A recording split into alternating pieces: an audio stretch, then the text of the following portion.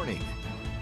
And if you just joined us, and I hope you can go back to the Wish TV website and take a look at the segments we've been doing. This is the book, The Bad Food Bible. And with me, who does bad food, is the good doctor, Aaron Carroll. Good morning, sir. Good morning. I have been putting stuff that I got in my shopping bag that you have been explaining why there's been some mythology about it.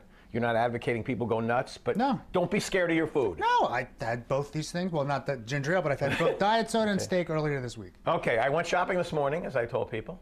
Are you ready? I'm ready. You never know what I'm going to take out of the bag? No.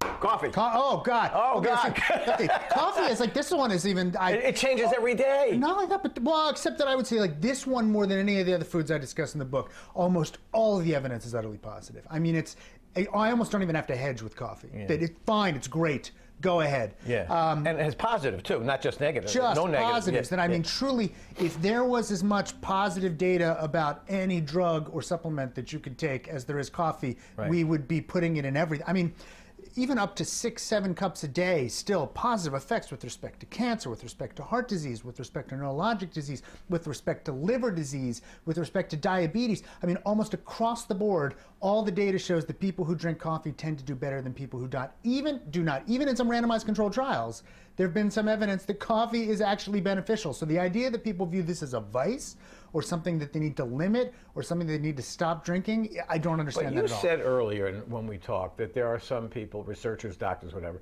that have sort of a bias because that's what they've always believed. Yeah. So if tomorrow in the New York Times, which you write for, there was a big research thing that said blah, blah, blah, blah about coffee and it was negative, what would your inclination be to do? Would you look at the research? Would you? See, that's a part of the problem is we take, too often in the media, we take every new study as if it replaces everything that happened before. It has to be placed in context with everything else. The amount of data is so huge with respect to coffee and the positive effects that even if tomorrow a study came out, it would likely be small. You'd have to say, well, okay, but everything else says something different, so therefore, overall, it just can't be true.